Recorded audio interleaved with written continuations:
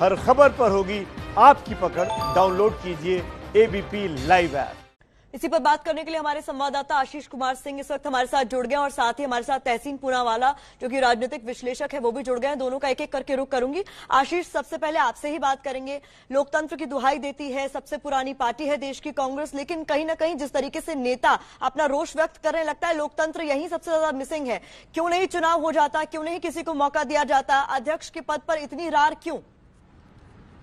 निश्चित तौर पर प्रतिमा, ये सवाल बहुत लंबे अरसे से खुद कांग्रेसी भी पूछते हैं और बाहर से भी पूछा जाता है कि कांग्रेस में आखिर यही सिस्टम क्यों साल दर साल चला आ रहा है कि कोई ना कोई गांधी परिवार का व्यक्ति ही इस पार्टी को लीड करता रहा है। लेकिन मैं आपको ये भी बता दूं प्रतिमा कि इसी पार्टी में बड़े बड़े वरिष्ठ नेता हैं जो अनौपचारिक तौर पर ये लगातार कहते रहे हैं, और कोटरी सी है जो लगातार इस बात को पुश करती रही है कि गांधी परिवार ही है जो पूरे पार्टी को एकजुट रह सकता है। अगर गांधी परिवार से अलग कोई व्यक्ति पार्टी का अध्यक्ष बनाया जाता है तो पार्टी कई धड़ों में बंट जाएगी। लेकिन इसका काउंटर आर्ग्यूमेंट भी तो है ना। हमें यह भी देखना होगा कि ऐसा तो है नहीं कि कांग्रेस पार्टी में कभी कोई नॉन गांधी पार्टी का अध्यक्ष हुआ ही नहीं है। तो ये एक्सपेरिमेंट तो आपको करना पड़ेगा। इसी आर्ग्यूमेंट को लेकर के ये तमाम नेता, चाहे गुलाम नबी आजाद हो प्रतिमा, या कपिल सिब्बल हो, या वो 23 नेता है, तमाम नाम है जिन लोगों ने चिट्ठी लिख करके इस इशू को रेज किया था।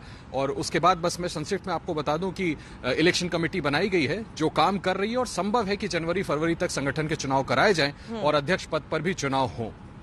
जब बात आप कह रहे थे आशीष, उसी पर मैं आपसे पूछना चाह रही थी, क्योंकि आपने बोला कि पार्टी बट जाएगी, और कितना बटेगी? 23 नेताओं की चिट्ठी जिसका जिक्र आपने किया, फिर बिहार चुनाव पर कपिल सिब्बल का बयान, और अब गुलाम नबी आजाद भी खुलकर अपनी बात रख रहे हैं। तो ऐसे में जो इतना ज्यादा डिवाइड पार्टी के भीतर दिखाई दे रहा है, ये पार्टी के लिए अच्छा तो है नहीं। तो इसे समझना नेतृत्व के लिए इतना मुश्किल क्यों हो रहा है?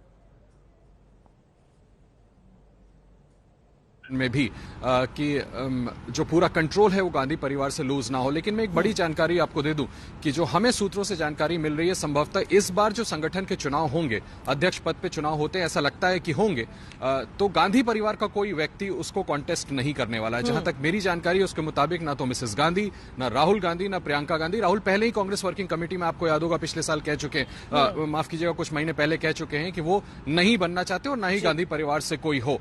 इसलिए हमें लगता है ऐसा कि गांधी परिवार से इस दफा कोई कॉन्टेस्ट नहीं करने वाला है। अब ये भी तो देखना दिलचस्प होगा ना प्रतिमा, इस पार्टी को आप भी कुछ अरसे से देख रही हैं कि यहां गांधी परिवार के सामने आखिर कौन होगा ऐसा जो इस तरह से गट्स कलेक्ट करके सामने आए कि वो अपने कैंडिडेचर को सामने रखे। तो मुझे लगता है गंगा में और पानी बहना भी बाकी है। जी आशीष, आप लगातार हमारे साथ बने रहिए। तहसीन पूनावाला भी हमारे साथ जुड़े हुए राजनीतिक विश्लेषक है। तहसीन, जिस तरीके से अभी आपने कुछ देर पहले अजय सिंह लल्लू का बयान सुना होगा, तमाम वरिष्ठ नेता जब विरोध दर्ज कराते हैं तो कोई ना कोई एक नेता जरूर आता है ये कहने के लिए कि पार्टी में सब कुछ ठीक है, ऑल इज वेल, और ये कहना कि जनता की पार्टी इन तमाम विरोध के बावजूद, इन तमाम असंतोष के बावजूद कांग्रेस बनी रही। अगर जनता की पार्टी कांग्रेस बनी रही तो जनादेश तो गायब है, जनादेश तो आपको मिल नहीं रहा ना कहीं।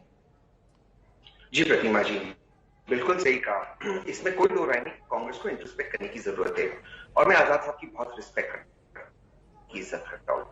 मेरे कुछ प्रश्न है आजाद साहब। प्रतिमा जी, आप मुझे टोकेगी नहीं, मैं संक्षेप में अपनी बात खत्म जी बोले।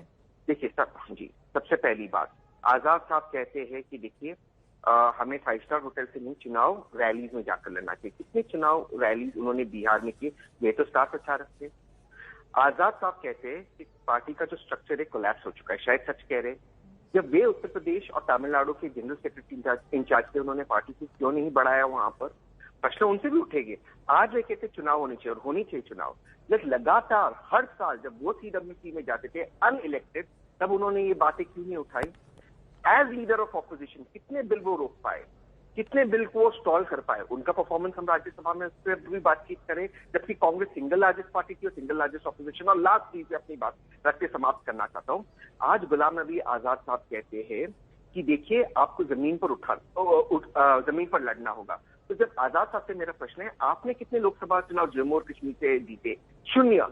आप चुनाव जीते कांग्रेस के वेव में 1980s में, उसके बाद आप कभी चुनाव ही नहीं जीते लोकसभा के। तो आपने क्या क्या, उसका भी तो हिसाब दीजिए पब्लिक को। आप कितनी बार आप आए हमारे साथ सड़कों पर डंडे खाने के लिए?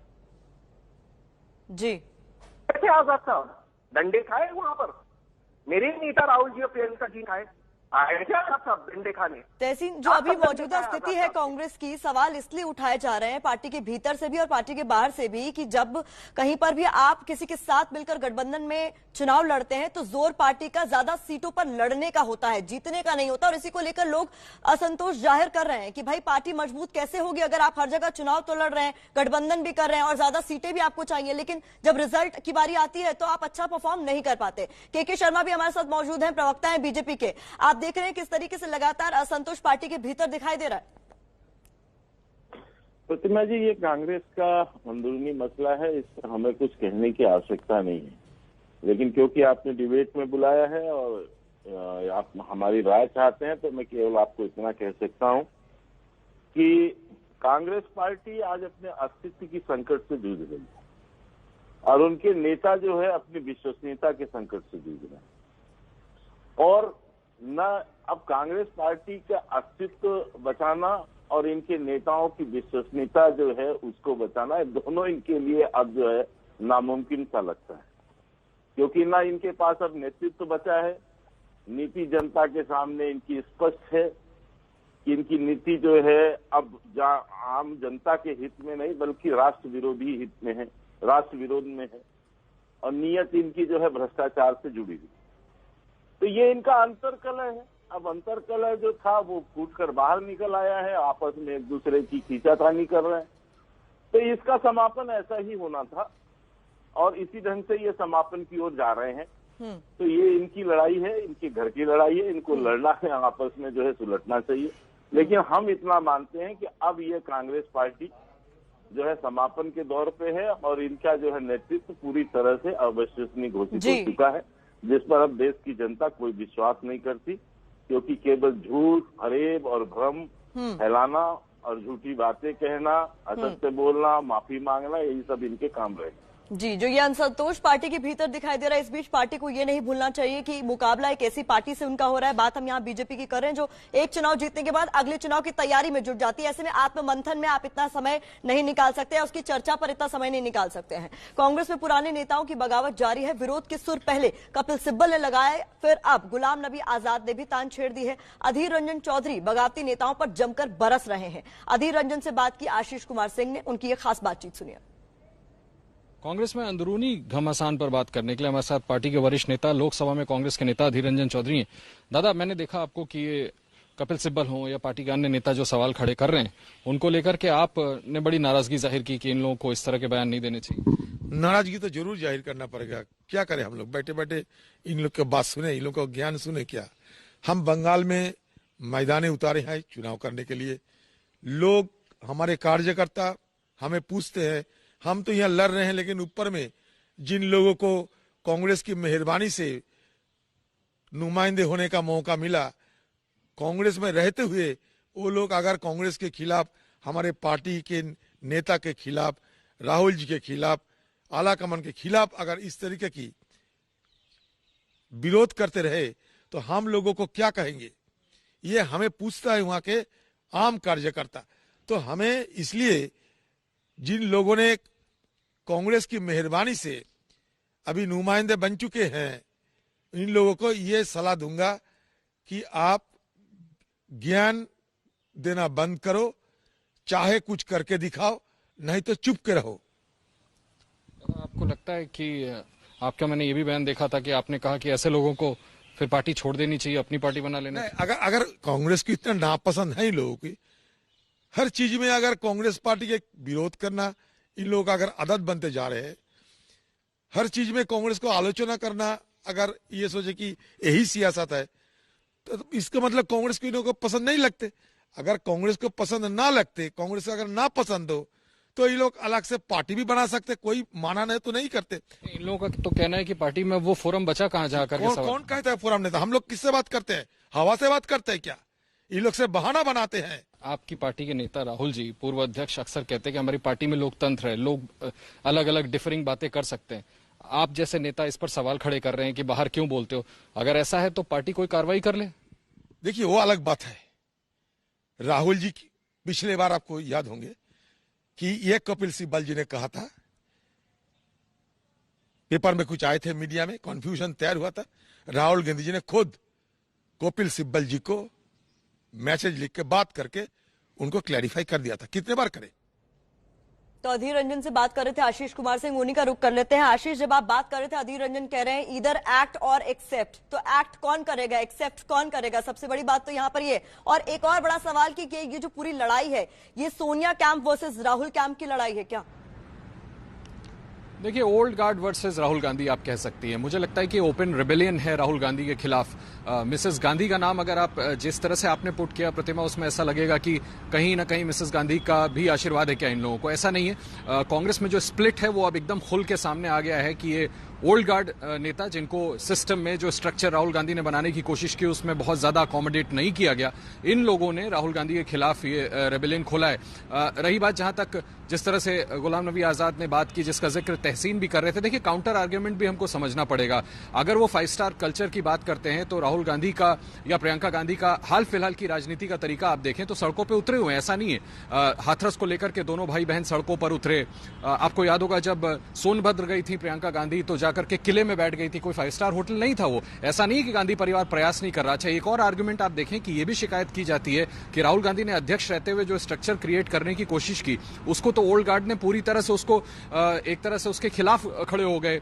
ज्योतिरादित्य सिंधिया को मुख्यमंत्री बनाना चाहा था, नहीं बनने दिया। सचिन पायलट को मुख्यमंत्री बनाना चाहा था, नहीं बनने दिया। तो आर्ग्यूमेंट्स और काउंटर आर्ग्यूमेंट्स दोनों तरफ के हैं। लेकिन ये बात बिल्कुल सही है कि पहली बार ये जरूर दिख रहा है कि संगठन में खुल करके ये आवाज उठाई जा रही है प्रतिमा कि सिर्फ गांधी परिवार क्यों।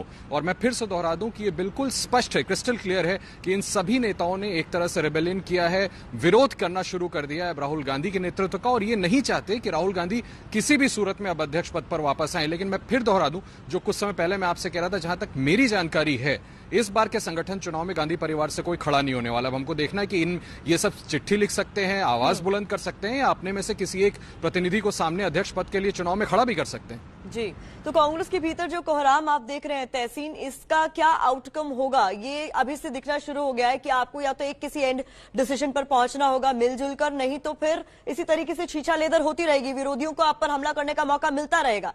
किस तरीके से आपको लग रहा है कि पार्टी को एकजुट होकर अब अपने आप को संभालने की जरूरत है? अब तो बहुत समय हो गया। प्रतिमा जी, 2 चीज। अव्वल तो मैं आपको ये बताना चाहता हूँ कि ये नहीं है, जैसे आशीष ने बिल्कुल सही बताया, अगर आप कांग्रेस का इतिहास देखिए, कांग्रेस में बहुत सारे जो अध्यक्ष थे वो गांधी परिवार, नेहरू परिवार के बाहर के अध्यक्ष थे। ये आजादी के बाद की बात भी है। आप मुझे बीजेपी का एक अध्यक्ष बता दीजिए, एक प्रधानमंत्री बता दीजिए जो आरएसएस का नहीं है। तो वो आरएसएस को अपना परिवार मानते, अपना सब कुछ मानते। ठीक उसी तरह मैं एक वोटर की तरह, मैं एक वोटर हूँ, आम आदमी हूँ, मैं वोट सिर्फ और सिर्फ गांधी परिवार को करता हूँ। मेरी श्रद्धा उस परिवार में, क्योंकि उस परिवार ने इस मुल्क के लिए बलिदान दिया, अपनी जान गंवाई है, तो मेरी उनमें श्रद्धा है, जैसे किसी और की श्रद्धा आरएसएस में हो सकती है। आप मेरी श्रद्धा को क्वेश्चन मत कीजिए। मैं ना ही गुलाम नबी आजाद को वोट देता हूँ, नहीं किसी और लीडर को, मैं वोट देता हूँ गांधी परिवार को। दूसरी बात, आजाद साहब जो बात उठा रहे हैं वो आज ये बात उठाई जब फरवरी 2021 में उनका राज्यसभा का टर्म खत्म हो जाता है।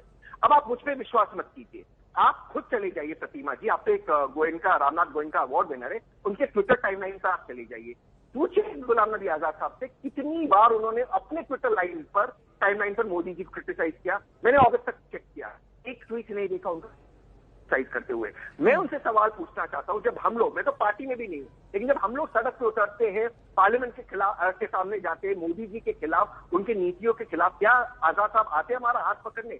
जब आईवाईसी के अध्यक्ष जाते हैं, जब एनएसयूआई के बच्चे जाते हैं, क्या आजाद साहब आते हैं डंडे खाने को? कभी नहीं आते वो डंडे खाने को।